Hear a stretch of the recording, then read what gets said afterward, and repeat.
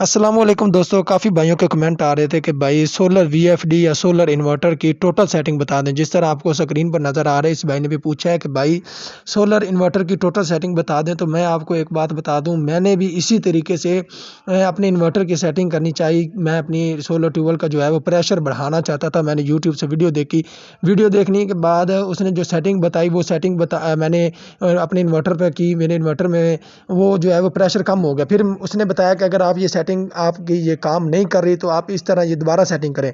दोबारा सेटिंग करवाई तो मेरे पूरे जो है वो इन्वर्टर की सेटिंग जो है वो रीसेट होगी। मतलब इन्वर्टर चला ही नहीं रहा था, टरबाइन जो है वो चल ही नहीं रही थी। तो भाई हर इन्वर्टर की सेटिंग सोलर पैनल की तादाद के मुताबिक होती है। अगर आप 3 इंच डिलीवरी इस्तेमाल कर रहे हैं, 16 सोलर पैनल के लिए और सेटिंग होगी, 14 के लिए और सेटिंग होगी। इस तरह आप सेटिंग ना करें।